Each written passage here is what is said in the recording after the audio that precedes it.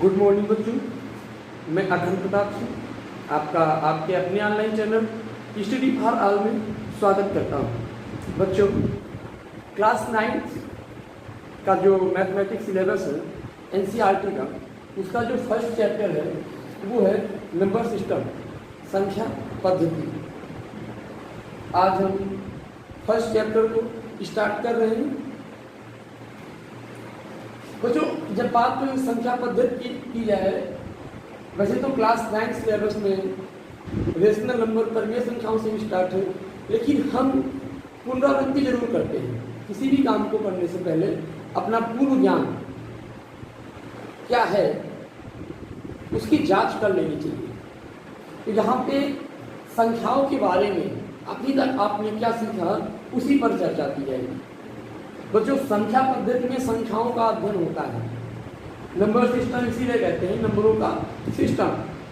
तो यहाँ पे नंबर सिस्टम में अगर हम संख्याओं की बात करें तो मैंने नंबर सिस्टम का वीडियो भी बनाया है, उसमें आप देख सकते हैं, या यहीं पे स्टार्ट करते हैं और उन्हीं बातों को थोड़ा सा दोबारा रिपीट करते हैं। जैसे कि अगर नंबर सिस्टम की बात करें तो आप प्राकृतिक संख्याओं से परिचित होंगे।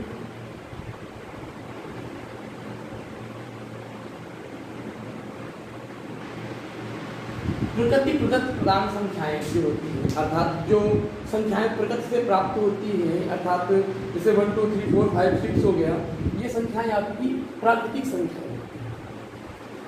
1 2 3 4 5 6 7 8 इनफाइनाइट तक इन्हें क्या कहते हैं? प्राकृतिक संख्याएं कहते हैं। 1 2 3 डॉट। अब इसके बाद अगला जो नंबर आता है वो आता है पूर्ण संख्या।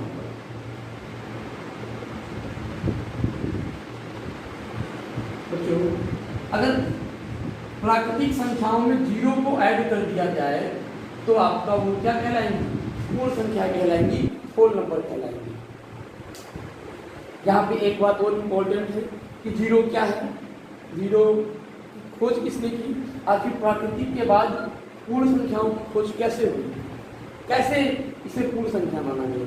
बच्चों, जब प्राकृतिक संख्याएं थी तो 10 लिखते थे हम, तो वहाँ पे एक के बाद जीरो लिखने का जो प्रावधान चला वो जीरो की खोज के बाद ही चला। और वो आर्यभट्ट के प्रयासों के प्रांत, जो हमारे महान भारतीय गणितज्ञ आर्यभट्ट हैं, उन्होंने ही जीरो की खोज की थी। इस जीरो की खोज का श्रेय जो आर्यभट्ट को जाता है। आर्यभट्ट महान भारतीय गणितज्ञ और दार्शनिक, मतलब भारतीय गणितज्ञों में से सर्वश्रेष्ठम में से एक थे आर्यभट्ट।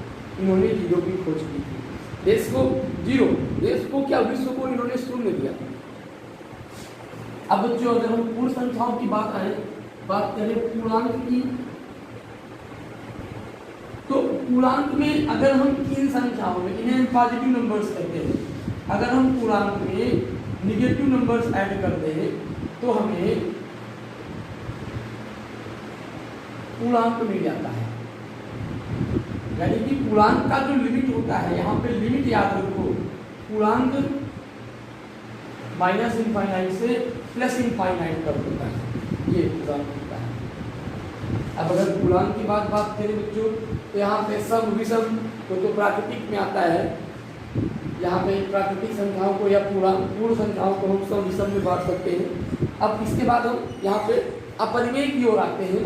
परिमेय और अपरिमेय दो रूप और पढ़ लेते हैं। जब बात करें परिमेय की,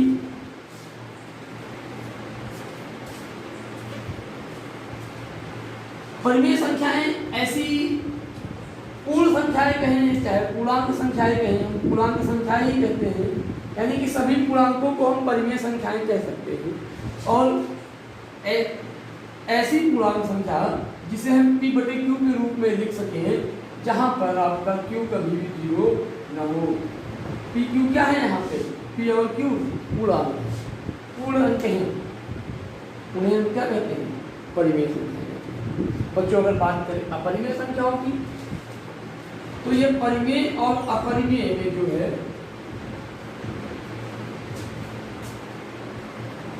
अपरिमेय में हो गया भाई, यहाँ पे लिख सकते हैं तो मतलब p/q के रूप में न लिख सकें, जिन्हें हम p/q के रूप में नहीं लिख सकते, उन संख्याओं को क्या कहते हैं? अपरिमेय संख्या कहते हैं। जैसे यहाँ पे एग्जाम्पल 2/3 हो गया, यहाँ पे √3, √2, पाई, ये सारी क्या है आपकी अपरिमेय संख्या। बच्चों ये तो रही पूर्व परिचय की बात, पूर्व ज्ञान की बात। अब हम अगर अपना नंबर सिस्टम का सिलेबस उठा के देखें तो यहाँ पे हमें अपरिमेय नहीं, पहले परिमेय संख्याओं से स्टार्ट करना है। हमें देखना है कि परिमेय संख्याएं क्या होती हैं और नंबर लाइन पे किस प्रकार से इनको रखते हैं।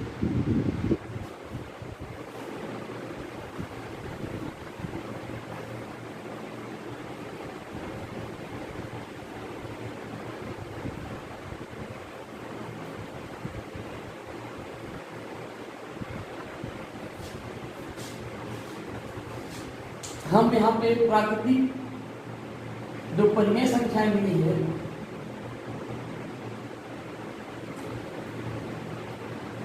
परिमेय संख्याओं को नंबर लाइन पे संख्या रेखा पे लिख सकते हैं। जैसे कि आपको बताया था माइनस इनफाइनाइट होता है, ये नंबर लाइन के बीच में 0 होता है, ये आर्डर नेगेटिव का होता है, ये आर्डर पॉजिटिव का होता है। 1 2 3 ये 4 ये ऐसे बढ़ते हुए चले जाएंगे।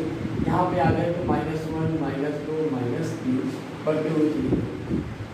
प्रत्येक दो पूर्णांकों के बीच में अपरिमित रूप से अनेक परिमेय संख्याएं, ये बात नोट कर लीजिए, बहुत काम आने वाली है आपको। अब बच्चों यहाँ पे अगर हम कह दें कि इन दो संख्याओं के बीच में परिमेय संख्याएं ज्ञात करो, कितनी परिमेय संख्याएं होंगी, तो वो तो हम ज्ञात नहीं कर सकते क्योंकि अपरिमित रूप से अनेक होंगी, असंख्य होंगी। जैसे हम कहते हैं कि 2 परिमेय संख्याएं ज्ञात करो, 3 परिमेय संख्याएं ज्ञात करो, 4 परिमेय संख्याएं ज्ञात करो, तो वो हम ज्ञात कर सकते हैं। अनकाउंटेबल को नहीं ज्ञात कर सकते, मतलब जिनकी गणना ना कर सके वो नहीं कर सकते, जो गणनीय है उसे कर सकते हैं। तो अगर हम यहाँ पे कहें कि 1 व 2 के बीच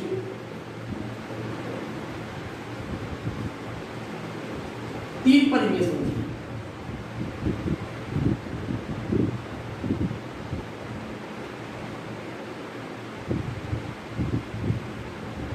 एक व 2 के बीच 3 परिमेय संख्याएं ज्ञात करनी है। नंबर लाइन पे अगर हम ये 0, ये हमारा 0 है, ये 1 है, ये 2 है, हमें इस बीच में 3 परिमेय संख्याएं ज्ञात करनी है। बच्चों इसका एक सिंपल सा सिस्टम है, यहाँ पे क्योंकि 1 और 2 आपकी परिमेय संख्याएं ही होती है, हम 1 को 1/1 और 2 को 2/1 लिख सकते हैं। जितनी परिमेय संख्याएं ज्ञात करने के लिए कहे उसमें +1 यानी कि n+1 से अंश व हर में गुणा करें। क्या करा लेंगे n+1, ये बात याद रखो कि हमें दो परिमेय संख्याओं के बीच जब परिमेय संख्याएं ज्ञात करनी हो, यानी कि जितनी परिमेय संख्याएं ज्ञात करनी हो उतने में एक जोड़ के उसके अंश व हर में हम गुणा कर दें। जैसे यहाँ पे n+1 है यानी कि 3+1 = 4 से हम क्या करेंगे, अंश व हर में डिवाइड करा देंगे, मल्टीप्लाई करा देंगे, यानी कि 4/4 हो गया 4/4 और ये 2 × 4/4 का मतलब हो गया 8/4। अब बच्चों यहाँ पे देखो ये 4, इसका क्योंकि हर 2 बराबर हो गया, अब ये 4 और 8 के बीच में हमारे 3 अंक हैं, 5/4, 6/4 और 7/4। तो इसके बीच में हम लिख सकते हैं 5/4, आपका 6/4 और ये सबसे आसान तरीका है ये परिमेय संख्याओं के बीच में परिमेय संख्या। हम 8, 9, 10 अनेक ज्ञात कर सकते हैं, लेकिन काउंटिंग भी हो, यानी कि n कह दो ज्ञात करने के लिए। n थोड़ा यहाँ पे मुश्किल हो जाएगा, वो आउट ऑफ सिलेबस है। अब बच्चों इस पर आधारित एक और क्वेश्चन लेते हैं।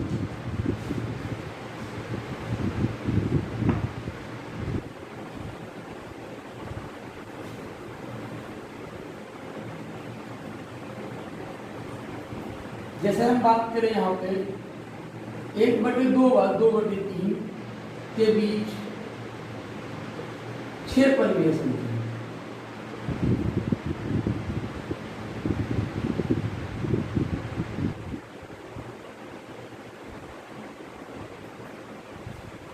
तो यहाँ पे फिर वही बात है, अभी हमने बताया आपको जितनी परिमेय संख्याएं ज्ञात करनी हो, दोनों संख्याओं के अंश व हर में उसमें एक ऐड करके मल्टीप्लाई कर।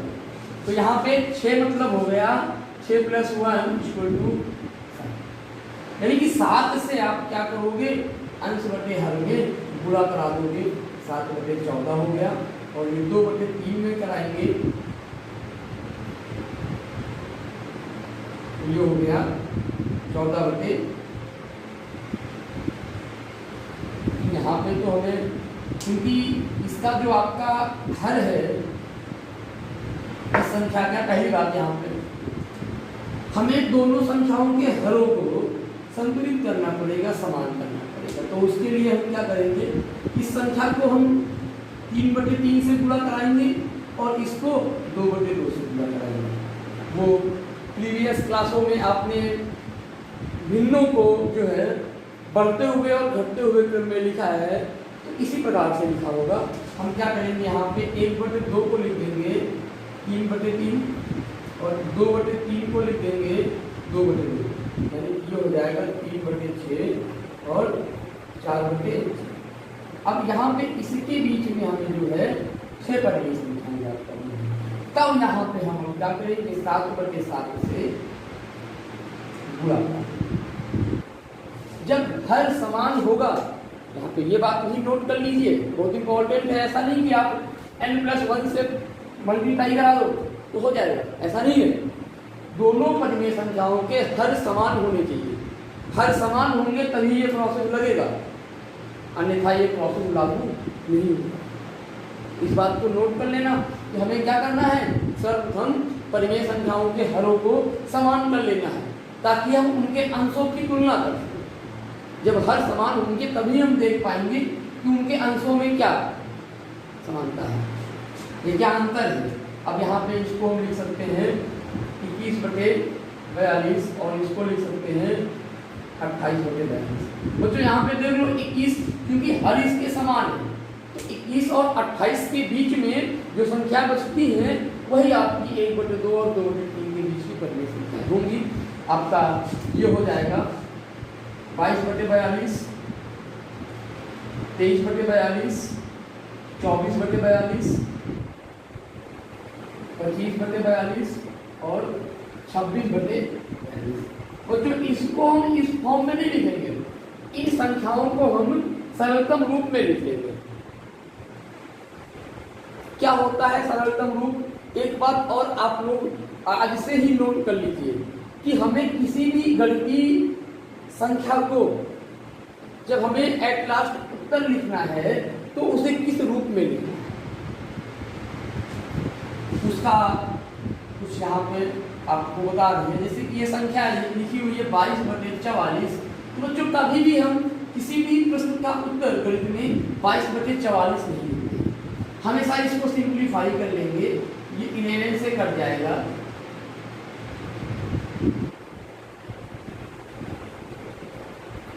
तो 1/2 हो गया, ये 22/42 है, ये यानी कि 42 हो गया, तो ये आपका हो जाएगा 11/21। ये तो इस रूप में हो गया, जब हर बड़ा हो तो इस रूप में होगा। लेकिन अगर यहाँ पे ये संख्या 42/22 लिखी हो तो ये 21/11 भी आपका आंसर सही नहीं है, आंसर सही है आपका, इसको मिक्स्ड फ्रैक्शन में लिखो, मतलब मिश्र संख्या में लिखो या दशमलव में लिखो। ये जो आपका इम्प्रॉपर फ्रैक्शन होता है इसमें कभी भी उत्तर सही नहीं माना जाता है, क्योंकि आप लोग जूनियर क्लास पार कर चुके हो, अभी तक जो पढ़े वो सही था, सब कुछ सही था, लेकिन अब अच्छा और अधिक अच्छे की बात होती है। इंग्लिश में गुड बेटर बेस्ट होता है, तो हमें बेस्ट करना है, तो ये बेस्ट नहीं है, ये फॉर्म बेस्ट फॉर्म इसकी ये हो जाएगी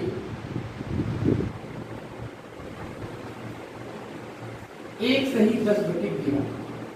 ये बेस्ट है, या तो ये बेस्ट है या decimal number up to decimal 2 digit और 3 डिजिट। मतलब डेसिमल में अगर हम किसी नंबर को जैसे इसको हम डेसिमल में रखेंगे दशमलव के 2 या 3 अंक होता है। बच्चों आज के लिए इतना ही है। आप परिमेय संख्याओं, जो हमने आपको परिमेय संख्याएं, प्राकृतिक संख्याएं, पूर्ण संख्याएं, अपरिमेय संख्याएं और पूर्णांक संख्याएं पढ़ाई हैं, इनके नोट्स क्लियर करिए आप। और ये विभिन्न संख्याओं को लेकर उनके बीच क्रमशः 2, 3, 4, 5 परिमेय संख्याएं निकालने की कोशिश करिए, प्रयत्न करिए और धीरे धीरे अपने ज्ञान में वृद्धि करिए। बच्चों आज के लिए इतना ही। फिर अब नए कंटेंट के साथ यानी इसी अभ्यास को आगे बढ़ाते हुए मिलते हैं।